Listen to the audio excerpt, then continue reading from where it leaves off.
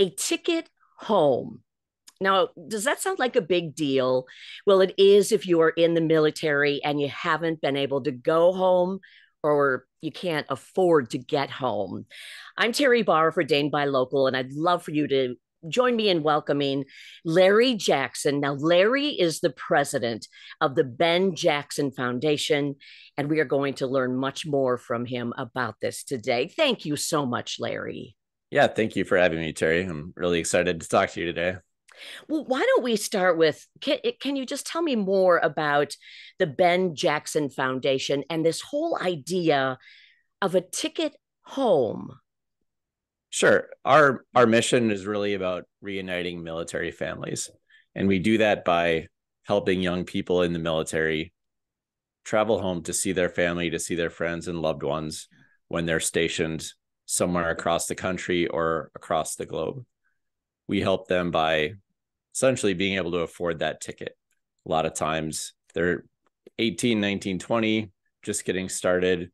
They can get some time off from work for the military, or they can get the leave, but many times they just can't afford to get that $2,000 ticket home from Okinawa or Japan or Germany and see their family. So that's what we're about, helping reunite military families. And we do that by making sure money's not a reason why people can't come back. Oh, that's incredible. And I know I was reading on your website about the cost. And I think for anybody who flies, we know it can be expensive, but like you're talking about, in some cases, these are young men and women who are really just getting started. The idea of money can be such a big issue. Why did you focus on this particular part of the ticket home? I mean, why did we focus on The helping them financially? Or Yeah, absolutely. Why did you decide that's where I can really make an impact to get them home and to be able to afford to get them home? mm-hmm. Well, that's kind of a long story, so I'm going to have to go into a little bit of the backstory of the Yeah. foundation. So our son Ben, who the foundation is named after, graduated from high school in 2016, and then he went into the Air Force. After going through some school, basic training in school in Texas, he ended up going to Misawa, Japan. Wow. At one point, he said, "Hey, I'd like to come home and surprise everybody for a visit. Could you help me with a ticket?" Because a ticket from Japan was over $2,000 to get all the way back from northern Japan through Tokyo back to Madison. Right. So at the time I had been, this is pre-COVID, so I'd been traveling for work quite a bit. So I had the airline miles to make that happen and get him a ticket. And when he was home, he told us that a lot of his friends were jealous because they just couldn't afford that ticket back. And that didn't surprise me a whole lot, I guess, because I'm a veteran myself. So I understood that it can be expensive and they don't necessarily make a lot of money. So anyway, he went back to Japan, and about 6 weeks after that, we were notified that he was killed in an accident on base. And that's why we, in a roundabout way, started the foundation. A lot of people, after he died, donated money to a memorial fund, and we didn't know what we wanted to do with that. Yeah. So as a family, my wife and I, our daughter Emma, and our son Matthew were talking about what to do. And Matthew's idea was, Ben got to come home. We should help other people like him do that too. And we thought that was a great idea. Yeah. So we took that money and started the Ben Jackson Foundation with the purpose of making sure that people that wanted to come home could afford it and help them with their travel expenses. Wow. Thank you for your service. And I'm so sorry for your loss. And you think about when you are on a plane and you see service members flying with you. Do you think people don't realize that they have to buy their own tickets? They don't get a free ticket whenever they want to come home. And I'm going to also ask you about what does that mean for that person to be able to get home? How special is that? So first of all, yes, 100%. That's the thing that we hear the most when we're out Yeah. talking to people is everybody is surprised, or not everybody, but almost everyone is surprised that they have to buy their own ticket. They think that they can just, the military will send them home whenever they want to go, and that's not the case. It's a lot like any other job, right? Where if you get a job, the company might move you to where they want you to work, but if you want to go on vacation, they're not going to, buy your ticket to go to Hawaii, right? You're on your own for that. So really it's, yeah, they have to pay for that themselves, and really not many people understand that. As far as what it means, yes. As far as what it means, I would say, I mean, it means a lot of different things to a lot of different people. So I can just share you a couple of stories, because there's no simple answer to that question. One person that we talked to from Janesville, Marine and stationed in Okinawa, he had this Ticket Home award, and the way it works is once you get the award, you can use it later at a time of your choosing. So he had this Ticket Home award, and he was planning to come home over the holidays. Then he got word that his grandfather was sick and entered hospice. So he came home to Janesville, spent some time with his grandfather before he died. And we got to meet him on that trip. And he told us how if he hadn't had that Ticket Home award in his back pocket, he wouldn't have been able to make it home to see his grandfather before he died. So that meant a lot to him. Another story that really sticks with us is there was a young woman who had joined the Air Force. She came from the Philippines, moved to the United States. She has a couple of kids, a husband, moved to the U.S. just to join the Air Force to provide a better life for her family. So she had not actually been home to the Philippines to see her kids in over 4 years. Oh, wow. So we helped her do that. So that's another example of what it means to her, and for a lot of people too. It might not be anything quite as significant as that, but it can be a break. It can be something that just gets them the chance to reset, reconnect with their families, ground themselves again, and really give them a mental health break, give them a little bit of a refresh. And kind of build up their reserves of strength to go back and do what they're doing. I noticed you used the word on your website, healing, how healing it can be for them to go home. And that just really resonated with me, just as a person, that doesn't have to worry about what you and I are talking about. It really is. It feels so good sometimes to just get out of everything else and be healed, I guess, by what going home means to you. Yeah. A lot of times they just need that reminder that they're not alone. Yeah. And then that can really have a healing impact. That's amazing. How do you decide who gets an award? And you must hear amazing stories from people that really hope that you can help them. It is a gut-wrenching process. So it sounds wonderful, right? Like it sounds like you get to like go read through these things and help people, and it sounds great. And it is, but the other side to that is the reality of the situation is, on a typical month, we'll read through anywhere from 200 to 300 applications in a single month. And from that group of applications, we have to pick out maybe 10 to 15 people that we can help. So the hard part is saying no to the people that, are just as deserving as the people you say yes to. Right. So we have a committee that meets every month. We take the number of applications we get in that month, we divide them up among that group, and then people get to kind of pick someone's story that really resonates with them to come home. And then so each person gets to choose one or two people, and then beyond that, everyone goes into a bit of everybody that makes the first cut goes into a bit of a lottery, and then and then we choose people through a lottery system. But you have to make the initial cut to get to the lottery part. So every application is being read and looked at by somebody. That's so important. And just for people to know that part of it. Mhm. I'm talking to Larry Jackson. He is the president of the Ben Jackson Foundation. How long has the foundation been around?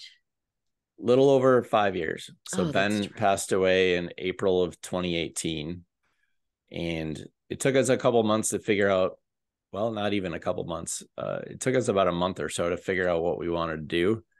We actually gave out our first couple of awards in June of 2018. And then we got our IRS determination letter as a 401c3 Mhm.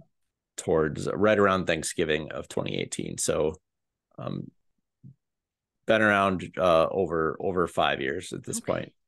I'm assuming a goal is to just continue to grow, to be able to help more people, but by that, you also need more donors and support.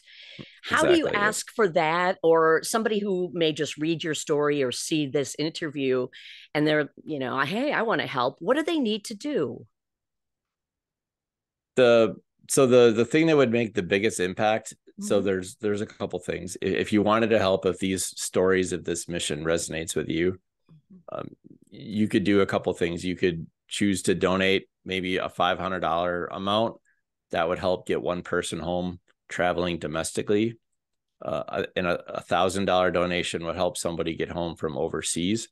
Or if that doesn't, if that's not a realistic goal for you, then any sort of monthly recurring donation, whether it's $10, $20, $50 a month, would be a big help. Even I think $42 a month would get somebody home from a domestic base, because that adds up to about $500 over the course of the year. Yeah. So that's one thing. If donating maybe isn't in the cards for you, you can tell people about us. You can promote us on social media, follow us, share our recipient stories. You can talk to your employer. Maybe they have an employer uh, donation matching program Yeah. Yeah. that, where your $20 a month becomes $40 a month, or you can let other people know. Maybe your company has a veterans employee resource group that would be interested in helping out and doing some things. So a lot of different ways that you could get involved and help out and advance our mission. I have to ask you, I don't think I've ever heard of a foundation that really is specific to bringing veterans home for a visit. Is there anything else out there like this, or are you very special? And we're honestly, we're lucky to have you here to be able to do this.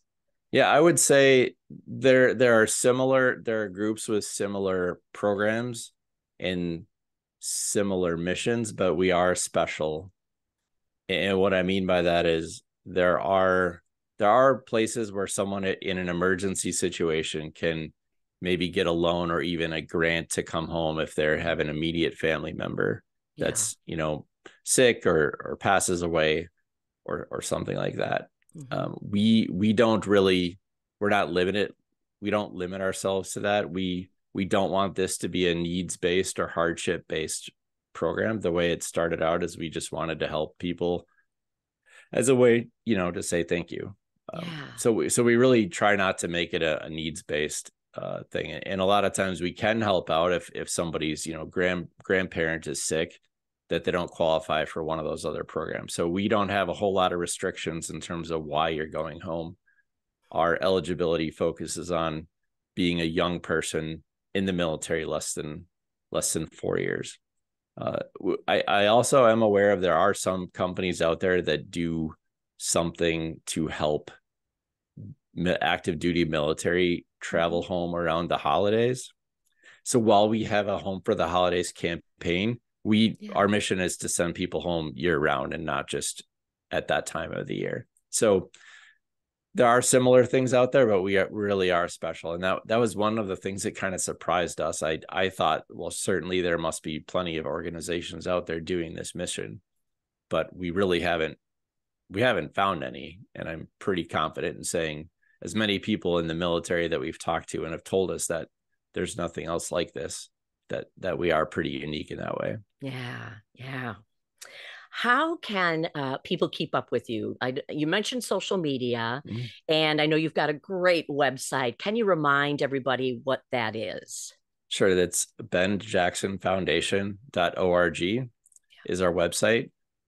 We're pretty active on Facebook and Instagram, and we do send out a printed and emailed newsletter twice a year, once in May and once in November, and that lines up with usually Memorial Day and Veterans Day. So Wow. that is how you can keep up with what's going on with us. Those are probably the best ways. Is there anything else you would like to add that I didn't ask you? Hmm. Um, I would say it's important people to know that we don't get a lot of, we don't get a lot of big grants. We don't get a lot of large donors. Yeah. Our support has really come from the grassroots level. So, I would say that's where I think we will continue to grow. And it's the more people that hear about us, the more people are going to get behind this mission and support us. Yeah. So anything you can do to tell people about the Ben Jackson Foundation, share the story, share Ben's story, share some of the stories that you've heard and seen about people being able to come back.